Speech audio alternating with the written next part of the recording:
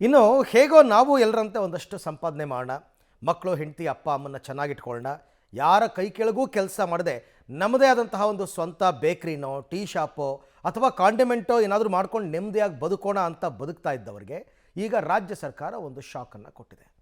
ಏನು ಅಂತ ನೋಡೋಣ ಬನ್ನಿ. ಬೇಕರಿ, ಕಾಂಡಿಮೆಂಟ್ಸ್, ಕಾಫಿ, ಟೀ ಶಾಪ್ಗೆ ಟ್ಯಾಕ್ಸ್ ಬ್ರಹ್ಮಾಸ್ತ್ರ. ಅಂಗಡಿ ಮಾಲೀಕರಿಗೆ ಕಮರ್ಷಿಯಲ್ ಟ್ಯಾಕ್ಸ್ ಡಿಪಾರ್ಟ್ಮೆಂಟ್ ಗುನ್ನ. ಡಿಜಿಟಲ್ ಪೇಮೆಂಟ್ನಲ್ಲಿ ಹಣ ಸ್ವೀಕರಿಸುವ ಮುನ್ನ ಎಚ್ಚರ. ಎಸ್, ದೂರಗಳಿಂದ ಅಪ್ಪ ಅಮ್ಮನನ್ನ ಬಿಟ್ಟು ನಗರಗಳಿಗೆ ಹೋಗಿ ಹೇಗಾದ್ರೂ ಒಂದು ಬಿಸ್ನೆಸ್ ಮಾಡಿ ಕುಟುಂಬದವರನ್ನ ನೋಡಿಕೊಳ್ಳೋಣ ಅನ್ನೋ ಸಣ್ಣ ಆಸೆಯಿಂದ ಸಾವಿರಾರು ಜನ ಇಂದು bakery, tea shop, paan shop, condiment ಅಂತ ಮಾಡಿಕೊಂಡು ಜೀವನ ಮಾಡ್ತಿದ್ದಾರೆ. ಇಂತಹ ಶಾಪ್ಗಳಲ್ಲಿ ಇವತ್ತಿನ ಡಿಜಿಟಲ್ ದುನಿಯಾದಲ್ಲಿ ಅತಿ ಹೆಚ್ಚು ವ್ಯವಹಾರ ಆಗ್ತಿರೋದು ಆನ್ಲೈನ್ ಪೇಮೆಂಟ್ ನಲ್ಲೇ. Google pay, Paytm, phone pay ಮೂಲಕವೇ ಟೀ, ಸಿಗರೇಟ್, ಕಾಫಿ, ತಿಂಡಿ, ಬೀಡ ಅಂತ ಗ್ರಾಹಕರು ಸಣ್ಣ ಪುಟ್ಟ ಖರೀದಿಗೂ ಜನ ಡಿಜಿಟಲ್ ಪೇಮೆಂಟ್ ಮಾಡ್ತಿದ್ದಾರೆ. ಹೀಗೆ ವ್ಯಾಪಾರ ಮಾಡ್ತಿರೋ ಅಂಗಡಿಗಳಿಗೆ ಕಳೆದ 4 ವರ್ಷದ ವಹಿವಾಟನ್ನ ಗಮನಿಸಿರೋ ವಾಣಿಜ್ಯ ತೆರಿಗೆ ಇಲಾಖೆ ನೋಟಿಸ್ ನೀಡಿದೆ. ನಿಮ್ಮ ವ್ಯಾಪಾರ ವಹಿವಾಟು ಲಕ್ಷದಿಂದ ಕೋಟಿಯವರೆಗೆ ಆಗಿದೆ, ಅದಕ್ಕೆ ಜಿಎಸ್ಟಿ ಟ್ಯಾಕ್ಸ್ ಕಟ್ಟಬೇಕು ಅಂತ ಸಾವಿರಾರು ಮಾಲೀಕರಿಗೆ ನೋಟಿಸ್ ನೀಡಿದೆ. ಹೀಗೆ ನೋಟಿಸ್ ಪಡೆದವರು, ಅಯ್ಯೋ ನಾವು ವರ್ಷ ಪೂರ್ತಿ ದುಡಿದ್ರೂ 2-3 ಲಕ್ಷ ಉಳಿತಾಯ ಆಗಲ್ಲ, ಈಗ ಇಷ್ಟೊಂದು ಟ್ಯಾಕ್ಸ್ ಎಲ್ಲಿಂದ ಕಟ್ಟೋದು ಅಂತ ಪಬ್ಲಿಕ್ ಟಿವಿ ಎದುರು ಅಳಲು ತೋಡಿಕೊಂಡಿದ್ದಾರೆ. ಕೇಸ್ ಸ್ಟಡಿ 1, ಕಾಂಡಿಮೆಂಟ್ಸ್, ಸ್ಥಳ ಕೆಂಗೇರಿ, ಟ್ಯಾಕ್ಸ್ 67 ಲಕ್ಷ ರೂಪಾಯಿ. ಇವರ ಹೆಸರು ರಾಜೇಂದ್ರ ಶೆಟ್ಟಿ. ಇವರು ದೂರದ ಕುಂದಾಪುರದಿಂದ ಜೀವನ ಸಾಗಿಸಲು ಬೆಂಗಳೂರು ಸೇರಿ ಅನೇಕ ವರ್ಷಗಳೇ ಕಳೆದಿದೆ. ಕೆಂಗೇರಿಯಲ್ಲಿ ಕಾಂಡಿಮೆಂಟ್ಸ್ ಮಾಡಿಕೊಂಡು ಸಂಸಾರದ ಬಂಡಿ ದೂಡ್ತಿದ್ದಾರೆ. ಇವರಿಗೆ 2021ರಿಂದ ಇಲ್ಲಿವರೆಗೆ ಒಟ್ಟು 67 ಲಕ್ಷ ಟ್ಯಾಕ್ಸ್ ಬಾಕಿ ಇದೆ ಅಂತ ನೋಟಿಸ್ ನೀಡಿದ್ದಾರೆ. ಟ್ಯಾಕ್ಸ್ ಕಟ್ಟೋದಕ್ಕೆ ಹೇಗಾಗುತ್ತೆ, ಬೇಕಾದ್ರೆ ನಮ್ಮನ್ನ ಸಾಯಿಸಿ ಅಂತಿದ್ದಾರೆ. ಜಿಎಸ್ಟಿನ ನೋಟಿಸ್ ಬಂದಿದೆ, 60 ಲಕ್ಷ ಚಿಲ್ಲರೆ ಕಟ್ಟಿ ಅಂತ ಹೇಳಿ. ಸರ್ 4 ವರ್ಷದ ಕಳ್ಸೋರು ಸರ್, ನಾವ್ ಎಲ್ಲಿಂದ ಕಟ್ಟೋಣ ಸರ್? ನಾವು ದಿನ ಎಲ್ಲ ಒದ್ದಾಡಿ ಮಾಡಿದ್ರು ನಮ್ಗೆ ಸಿಗೋದು ಲಾಸ್ಟಿಗೆ 500 ರೂಪಾಯಿ. ಮಕ್ಕಳು ಸ್ಕೂಲ್ ಫೀಸ್ ಅದು ಇದು ಬಾಡಿಗೆ ಎಲ್ಲ ಇದ್ರು ಸಾಲ ಮಾಡ್ಕೊಂಡೆ ಜೀವನ ಮಾಡ್ತಾ ಇದ್ದೀವಿ. ಅಂಥದ್ರಲ್ಲಿ ಕಟ್ಟಿ ನಾವು ಹೆಂಗೆ ಕಟ್ಟೋದು ಸರ್? ಅದು ಫೋನ್ ಪೇ, ಪೇಟಿಎಮ್ಮು ಇದರಲ್ಲೆಲ್ಲ ಈಗ ಎಲ್ಲ ಆನ್ಲೈನ್ ಪೇಮೆಂಟ್ಗಳು ಸರ್. ಅದರಿಂದ ಈ ಥರ ನಿಮಗೆ ಜಾಸ್ತಿ ಆಗಿದೆ, ವರ್ಷಕ್ಕೆ ಇಷ್ಟು ಅಮೌಂಟ್ ಬಂದಿದೆ, ಅದಕ್ಕೆ ನೀವು ಟ್ಯಾಕ್ಸ್ ಕಟ್ಟಿ ಅಂತ ನೋಟಿಸ್ ಕೊಡ್ತಾರೆ. ಕರೆಂಟ್ ಬಿಲ್ ಫ್ರೀ, ಅವ್ರು ಯಾರಿಗೆ 2,000 ಕೊಡ್ತಾರೆ, ಇವ್ರು ಯಾರು ಫ್ರೀ ಕೊಡ್ತಾರೆ, ಅದು ನಮ್ಮ ಹತ್ರ ಕಿತ್ಕೊಡ್ರಿ, ನಾವೆಲ್ಲಿಂದ ಕೊಡೋಣ ಸರ್? ನಿಜವಾಗ್ಲೂ ಆಗಲ್ಲ ಸರ್, ಕಟ್ಟೋದಲ್ಲ, ನಾವು ಪ್ರಾಣ ಬಿಟ್ಬಿಡ್ತೀವಿ ಸರ್, ಆಗಲ್ಲ sir. Case study 2, Raghavendra, condiments, ಸ್ಥಳ ಸಹಕಾರ ನಗರ, ಟ್ಯಾಕ್ಸ್ 29 ಲಕ್ಷ ರೂಪಾಯಿ. ಇವರು ರಾಘವೇಂದ್ರ ಅಂತ ಕಾಂಡಿಮೆಂಟ್ ಮಾಡಿಕೊಂಡು ಜೀವನ ಮಾಡ್ತಿದ್ದಾರೆ. ಇವರಿಗೆ ಕಮರ್ಷಿಯಲ್ ಟ್ಯಾಕ್ಸ್ ನವರು ಒಟ್ಟು 4 ವರ್ಷದಿಂದ ಟ್ಯಾಕ್ಸ್ ಕಟ್ಟಿಲ್ಲ. ನಿಮ್ಮ ವಹಿವಾಟನ್ನ ಗಮನಿಸಿದ್ದು ಕೋಟಿ ಟರ್ನ್ ಓವರ್ ಆಗಿದೆ. ನೀವು ಒಟ್ಟಾರೆ 29 ಲಕ್ಷ ಟ್ಯಾಕ್ಸ್ ಪೇ ಮಾಡಿ ಅಂತ ನೋಟಿಸ್ ನೀಡಿದ್ದಾರೆ.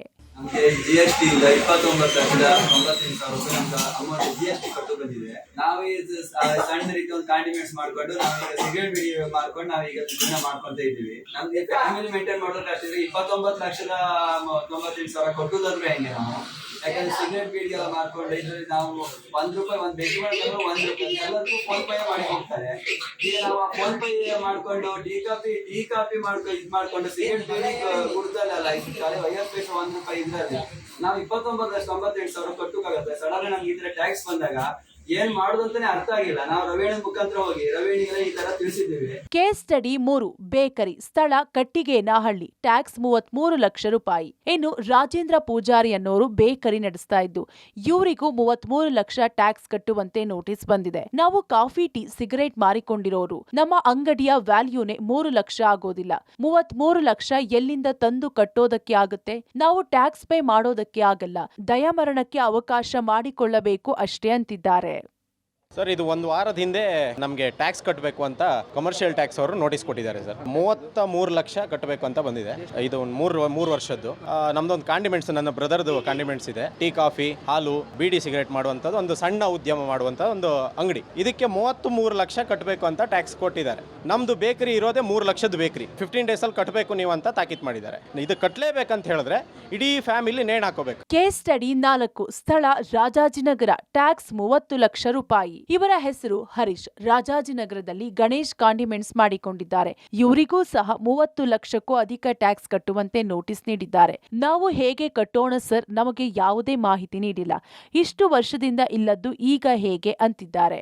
SP ಅಕೌಂಟ್ಸಲ್ಲಿ 40 ಲ್ಯಾಕ್ಸ್ ಮೇಲೆ ಕ್ರಾಸ್ ಮಾಡಿದ್ದೀರಾ, ಅದಕ್ಕೆ 18% GST ಕಟ್ಟಬೇಕು ನೀವು, ಇಲ್ಲ ಅಂದರೆ ನಾವು ನೀವು ಅಕೌಂಟ್ ಎಲ್ಲ ಫ್ರೀಸ್ ಮಾಡ್ತೀವಿ ಅಂತ ಹೇಳಿದ್ದಾರೆ. ನಾವಿಲ್ಲ ಸಣ್ಣ ವ್ಯಾಪಾರ ಮಾಡೋದು, ಟೀ ಅಂಗಡಿ, ಸಿಗರೇಟ್ ಮಾರೋದು, ಇದರಲ್ಲೂ ಲಾಭ ಇದೆ, ನೀವು ಕಟ್ಟಬೇಕು, ಇಲ್ಲ ಅಂದರೆ ರೂಲ್ಸ್ ಪ್ರಕಾರ ಇದು ಮಾಡ್ತೀವಿ ಅಂತ ನಮ್ಮನ್ನ ಎದುರಿಸ್ತಾ ಇದ್ದಾರೆ. ಈ ಥರ ಮಾಡಿದ್ರೆ ಬದುಕೋದು ತುಂಬ ಕಷ್ಟ ಆಗಿದೆ ಸರ್. ಎಲ್ಲ ಕಡೆಯಿಂದ ಮೊದಲೇ ಪ್ರಾಬ್ಲಮ್ ಇದೆ. ಉಳಿದಿರೋದು ಏನಿಲ್ಲ, ಅಷ್ಟು ಕಟ್ಟಬೇಕಂದ್ರೆ ನಾವು ಏನಿಲ್ಲ ಮನೆ ಮಠ ಮಾರಬೇಕು, ಆ ಥರ ಆಗಿದೆ ಪರಿಸ್ಥಿತಿ. ಅದು ಈಗ 3 ವರ್ಷದಿಂದ ಒಂದು ನೋಟಿಸ್ ಕಳಿಸಿಲ್ಲ, ಏನಿಲ್ಲ. 3 ವರ್ಷ 4 ವರ್ಷದ ಒಂದೇ ಸಲ ಸ್ಟೇಟ್ಮೆಂಟ್ ತೆಗೀರಿ ಅಂತಾರೆ. ಏಕಾಏಕಿ ಒಂದೇ ಸಲ ಈ ಸಲ ಕಟ್ಟಿ ಅಂತ ಹೇಳಿದ್ರೆ ಎಲ್ಲಿಗೆ ಹೋಗೋದು ಸರ್ ನಾವು?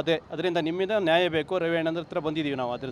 ಹೀಗೆ ನೋಟಿಸ್ ಪಡೆದವರೆಲ್ಲ ಕಾರ್ಮಿಕ ಪರಿಷತ್ತಿನ ಸಂಘದ ಅಧ್ಯಕ್ಷ ರವಿ ಶೆಟ್ಟಿ ಅವರ ಬಳಿ ಹೋಗಿ ತಮಗೆ ನೋಟಿಸ್ ಬಂದಿರೋ ಬಗ್ಗೆ ಹೇಳಿಕೊಂಡಿದ್ದಾರೆ. ಸರ್ಕಾರ ಗ್ಯಾರಂಟಿ ಸ್ಕೀಮ್ ನೀಡಿ ಈಗ ಇವರಿಂದ ವಸೂಲಿಗೆ ನಿಂತಿದೆ. ಇದು ಸರಿಯಾದ ಕ್ರಮವಲ್ಲ. ಇಡೀ ರಾಜ್ಯದಲ್ಲಿ 60,000ಕ್ಕೂ ಹೆಚ್ಚು ಸಣ್ಣ ಬೇಕರಿ, ಕಾಂಡಿಮೆಂಟ್ಸ್ ಇದೆ. ಅವರೆಲ್ಲ ನಮ್ಮನ್ನ ಸಂಪರ್ಕ ಮಾಡ್ತಿದ್ದಾರೆ. ನಾವು ಸಿಎಂಗೆ ಮನವಿ ಮಾಡ್ತೀವಿ, ಸರ್ಕಾರ ಈ ಟ್ಯಾಕ್ಸ್ ಹಿಂಪಡೆಯಬೇಕು, ಇಲ್ಲವಾದಲ್ಲಿ 1 ಲಕ್ಷಕ್ಕೂ ಅಧಿಕ ಜನರು ಸೇರಿ ಹೋರಾಟ ಮಾಡುತ್ತೇವೆ ಅಂತ ಸರ್ಕಾರಕ್ಕೆ ಎಚ್ಚರಿಕೆ ನೀಡಿದ್ದಾರೆ. ನಾವು ಬಡತನವನ್ನ ನಿರ್ಮೂಲನೆ ಮಾಡ್ತೀವಿ ಅಂತ ಹೆಸರು ಹೇಳ್ಬಿಟ್ಟು ತನ್ನ ಬೆನ್ನನ್ನ ತಾನೇ ತಟ್ಕೊಂಡು ಬರುವಂತ ಸರ್ಕಾರಗಳು ಬಡತನ ನಿರ್ಮೂಲನೆ ಮಾಡುವ ಬದಲಿಗೆ ಬಡವರನ್ನೇ ನಿರ್ಮೂಲನೆ ಮಾಡುವತ್ತ ಸಾಗಿದೆ ಅನಿಸ್ತಾ ಇದೆ. ಯಾಕೆ ಅಂತ ಹೇಳಿದ್ರೆ ಇವತ್ತು ಸಣ್ಣ ಪುಟ್ಟ ಉದ್ದಿಮೆದಾರರು ಪಾಪ ಅವ್ರಿಗೆ ಯಾವುದೇ ಒಂದಲ್ಲ ಕಿರುಕುಳ, ಬರೀ ಕಿರುಕುಳಗಳೇ. ಈ ಸಲ ಹೊಸತಾಗಿ ಸೇರ್ಪಡೆ ಆಗಿದೆ, ಕಮರ್ಷಿಯಲ್ ಟ್ಯಾಕ್ಸ್ ಅಧಿಕಾರಿಗಳ ಕಿರುಕುಳ ಶುರು ಆಗಿದೆ. ಮುಖ್ಯಮಂತ್ರಿಗಳಿಗೆ ಮನವಿಯನ್ನ ಮಾಡಿ, ಇಲಾಖೆಗಳಿಗೆ ಮನವಿ ಮಾಡಿ ತಕ್ಷಣ ಇದನ್ನ ಮನ್ನಾ ಮಾಡಬೇಕು ಅಂತ ಕೇಳ್ಕೊಳ್ತೀವಿ. ಅಕಸ್ಮಾತ್ ಮನ್ನಾ ಏನಾದರೂ ಮಾಡಿಲ್ಲ ಅಂತ ಹೇಳಿದ್ದೆ ಹೌದಾದ್ರೆ ಅಷ್ಟು ಜನ 1 ಲಕ್ಷಕ್ಕೂ ಹೆಚ್ಚು ಜನ ಅಂದ್ರೆ ಅವ್ರ ಕುಟುಂಬಸ್ಥರೆಲ್ಲ ಸೇರಿ